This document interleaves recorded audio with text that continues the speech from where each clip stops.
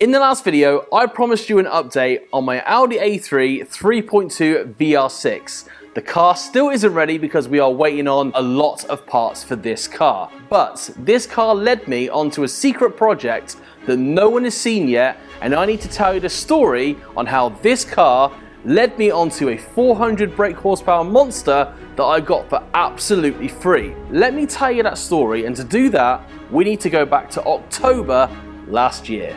Okay, let's do this. So I literally just picked up the Audi from Abs at Cafe the Machine, and I was back at the office doing what every new project owner does, searching the internet for upgrades. Then Ruth walked into the office and reminded me of our deal. No more projects until I've actually finished one. And to be fair, she had a point. I've already got the Beetle, the Smart Roadster, and now I've bought an Audi. Then the phone rang. A guy called Graham had completely given up on trying to wrap his MX-5 and wanted me to take a look. Pretty normal day. Well, so I thought. When Graham got to the workshop, he showed me the bumper for the MX-5 and he asked me why there were so many project cars parked all over the place. So I told him about my YouTube channel and how I spend most of my time trying to save cars that most people would have given up on. Then he said something that I was genuinely not expecting. Wrap my MX-5, I'll supply you with all the vinyl and I'll give you a 400 horsepower car that's been sitting in my barn. I'm not gonna lie, he had me at 400 horsepower and free car. So me and Ruth jumped in the car and made our way as fast as we can to Graham's farm, and I was faced with a 4.2 supercharged V8 Range Rover Sport. He told me it's been sat in this barn for almost 2 years. But not to worry, with a good set of jump leads, it would start up straight away. But for me, forever being the optimist, it didn't look too bad. The insides were nothing that a good clean couldn't fix, and the engine actually sounded pretty sweet. Listen to this. Yeah, okay, so there's a squeaky auxiliary belt and the hydraulic lifters are tapping a little bit, but this thing is screaming out for a decent service, but it's definitely got that V8 grumble. It sounds pretty sweet, you gotta admit, but the car did come with some quirks. There's a bit of a trick with the glass, like if you don't slam it hard enough, yeah, it won't open again as a two-part. Okay. But if it doesn't open, you need to slam the whole thing quite hard and then the top will work again, like there's a loose wire there. Right, okay. Do you want to show me how to slam it then, so I don't smash the window? It can still take... Oh, okay. And it will still work, but sometimes if you do it gently, it doesn't. So treat her me and keep her keen. Exactly. Yeah. Exactly. Now I'll be completely honest, as I was looking around the car, it was very hard for me to control my excitement. I could not believe this guy was willing to give me a 4.2 V8 supercharged Range Rover Sport for wrapping his MX-5. Okay, it was covered in shit, but the air suspension actually worked and there was no visible signs of rust. I mean, that's a bit of kit. Thought off a chap I work with because it was just cheap enough to say, yeah, I'll have it. Okay. But then I just don't use it. I've got no need for it. No? I'd say I've collected the sheep with it a couple of times, but... It's a sheep car. Let's have a look inside. Okay. Let's test drive it, is that all right? Take it for a spin. And little did I know this was going to be one of the strangest test drives I've ever done in my life. What did you do Thursday? Oh, I don't know, just took a supercharged V8 Land Rover through a field of sheep. Perfectly normal. It's good, isn't it? Oh, good.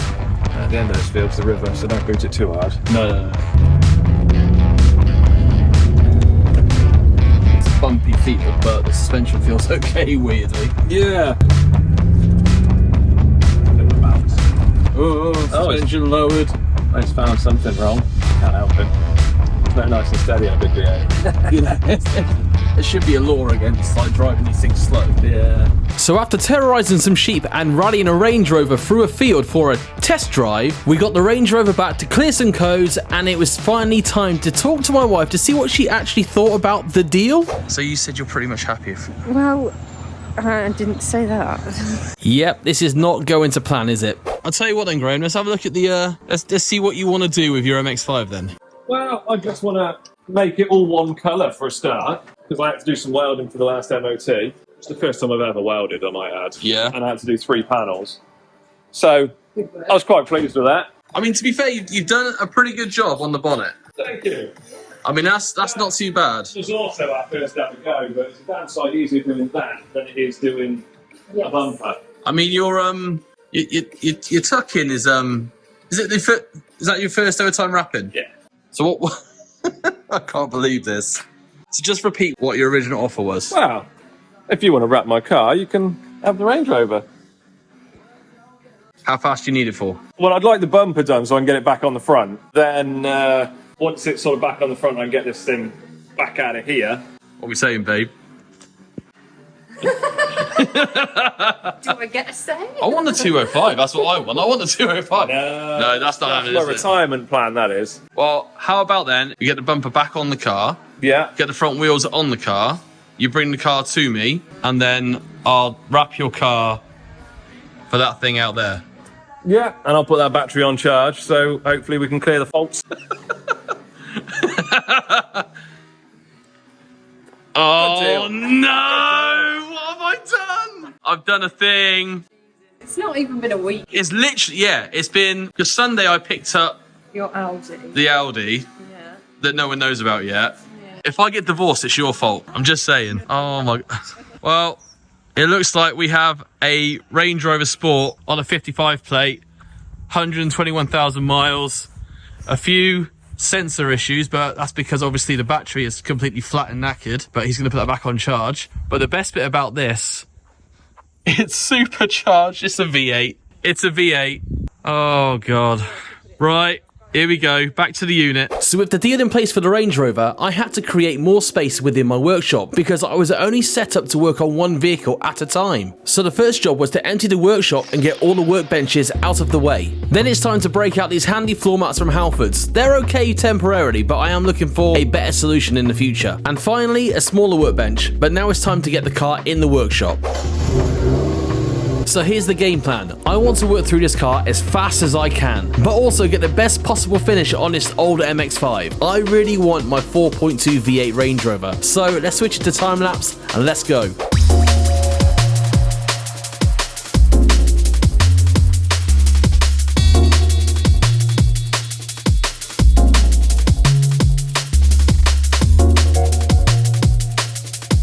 Already after a good few hours in the workshop, this MX-5 is really starting to look like something, and I'm really enjoying the 3M 2080 matte green pine metallic media. Also, if you're enjoying my videos, go and hit that subscribe button, because the bigger the channel gets, it really does help me make more videos like this. Plus, don't forget to drop a comment and let me know where in the world you're watching from. With a full week wrapping the MX-5, I think it's only fair that I show you the finished article alongside my brand new project. So let's go deliver the car to Graham and pick up my 4.2 V8 Range Rover Sport. Where is it? There she is.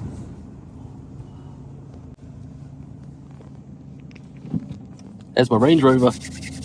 Literally, a week ago, I would never have a Range Rover, and now that's my car. It's mental. Right, let's go get a car.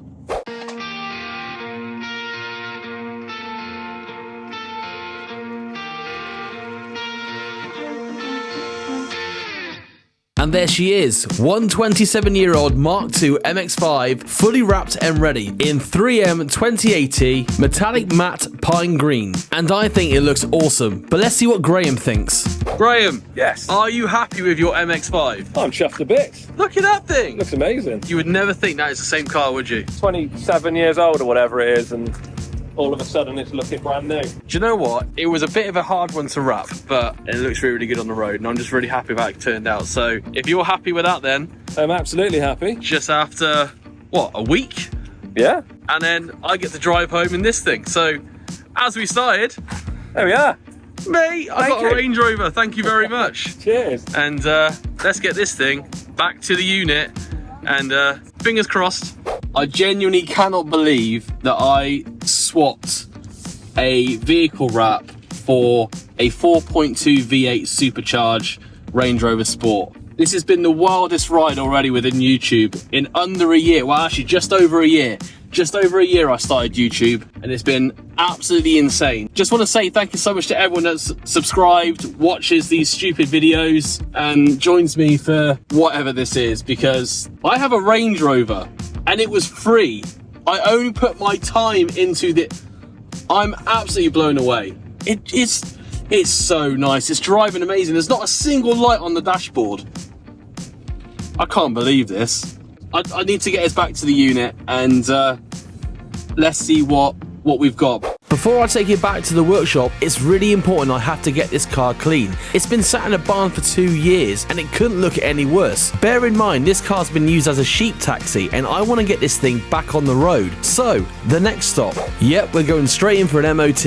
I think right now this is the best thing for this car. I need to know exactly what is wrong with it and what I need to fix. Or, will it even pass an MOT? It wasn't too long before Rich from Nathan Garage started to find a few horror stories under the car. And to be fair, I kind of expected it. It's been sat still for such a long time. And from what I've been told, if you're going to own a Range Rover, you could expect rust and problems. Well, to be more precise, surface corrosion. It's actually solid. It needs a good wire brush and some underseal. Or do we get the guys from the Ice Blasters involved in this? This car could come up amazing. So, did it pass? I actually couldn't believe it, but it did. So let's break this down into layman's terms. I got 2 misty headlights, the offside front brake hose is corroded, so it's a bit rusty, and I need some new tyres. So yeah, that's a 12 months MOT. Result. Next up, tyres. And the people I know who will take care of me is Storm Accessories in Tewkesbury. As I was coming through the door, Joe from Storm heard I've just got a big V8, so he wanted to hear it. Judging by this face, I think Joe approves. Anyway, tyres. And thanks to Phil at Storm Accessories, he set me up with some Pirelli P7 all-season tyres. So Tom's going to take care of this for me and get these tyres fitted. But I didn't want to be left out, so I wanted to join in with the fun. I wanted to help Tom. Tom, catch! Tom definitely hates me and just wants to go home. Yep. A big thanks to the guys at Storm Accessories for looking after me. Make sure you go check them out. They have tons of styling products over on their website for vans, 4x4s and SUVs. And make sure you check out their wheels. There's a link in the description. But now with the Pirelli P7s all fitted to the Range Rover, these tyres are really going to make the car perform and handle that little bit extra. And it looks so good already. After the MOT and brand new tyres, I used this car as my winter hack and it was the perfect vehicle. However, let's bring you up to date because things started going a little bit wrong, like this. There you go. I've got no power, no drive. Oh. Whoa.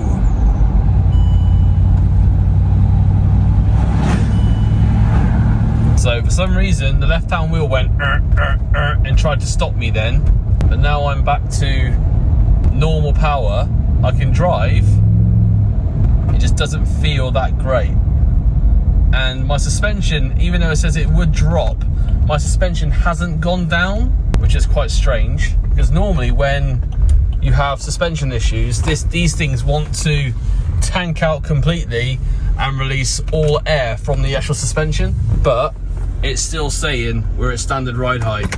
It just doesn't want to accelerate when these lights start coming on. So clearly there's an issue with a module somewhere, but now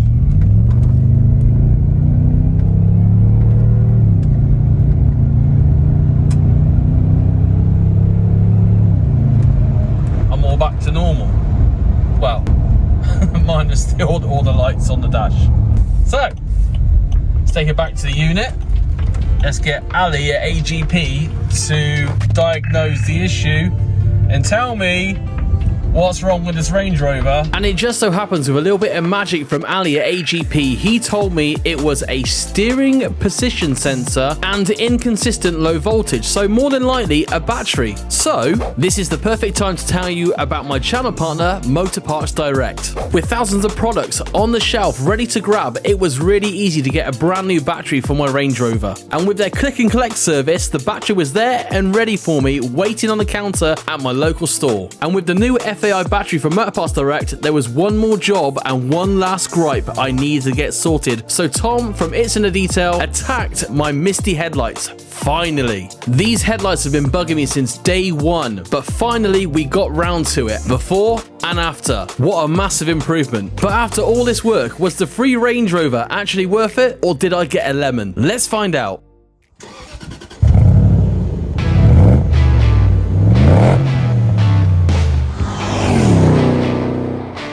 Listen to that. Try and tell me for a free car you don't enjoy that. Let's pull over and I will tell you everything about this car. All the pros and cons. So let me tell you about the pros and the cons of owning this car. Let's start with the cons, shall we? It looks a little bit drug dealerish, doesn't it? Let's be honest. It looks like I'm about to supply lots and lots of illegal narcotics to someone in a far off country, or even probably Birmingham, let's be honest. So that's number one. Number two, I hate these Hawk badges. The Hawk badges are awful. It needs to say Range Rover on the car. I don't know why they put them on, but it is what it is. Number three, it's got these horrible Hawk vents over here. I absolutely hate them. They need to go. Number four, the wheels. The wheels are 20-inch wheels and they are obviously wrapped in Pirelli P7s, but because they are black on black, they look so small. The wheels just disappear on the vehicle itself. So really, that's only my personal gripes. Apart from the fuel consumption, because the best I've actually got out of this vehicle is 17.4 mpg. The worst to date is 14.2, and I'm averaging sort of like a daily sort of run to my office and back around about 16.3 mpg. So it's not the most fuel efficient vehicle, but here's where the pros come in. Look at it. It looks amazing. It's proper old school gangster. Black on black on black. Even the interior, as you've seen earlier on, is black. Everything is black. It just looks so badass. The other pros to it as well. 4.2 V8 supercharged. I know it was a con, but it's also a pro. Did you hear that supercharger as I drove past you, and the exhaust tone? The soundtrack of this vehicle is utterly amazing. Now, don't get me wrong, I was never much of a Range Rover fanboy, but this one has changed my mind. So much so, I have gelled so much with this vehicle. I call this my emotional support vehicle because it just makes me feel good every single time I get in it. It's loud, it's obnoxious, it's big, it's just so aggressive. It's just, this is a bit of me. I love this vehicle so much. But the question remains, what do I do with this car now? Do you want to see more of this vehicle on the channel? If so, let me know in the comments below. And I'm kind of thinking, as we all know, Ruth is very heavily pregnant right now. Could this be the ultimate daddy wagon? Because I've got a 14-year-old son that's soon to be 15, a 12-year-old daughter, a small little dog that comes everywhere with us, myself, Ruth. We need space for a baby and we need a big boot, obviously, for the pushchairs and the nappies and all that kind of stuff that comes with it. Is this the ultimate daddy vehicle, or is there something better out there? I know it's all fun and games right now, but this is going to cause me nothing but headaches in the future, and it's going to be an absolute money pit. But right now, it's amazing. I love it. I want to keep it, but head and heart, what do I do? If you want to see more of this vehicle on the channel, please make sure you like, comment and subscribe, because the more you subscribe to this channel, the more I can make videos like this and make stupid financial decisions. Anyway, I'm going to take this back home and I will see you in the next video. And I promise it will be an Audi A3 video. I promise, we've got all the parts now, but I'll see you in the next one. See ya. It sounds so good.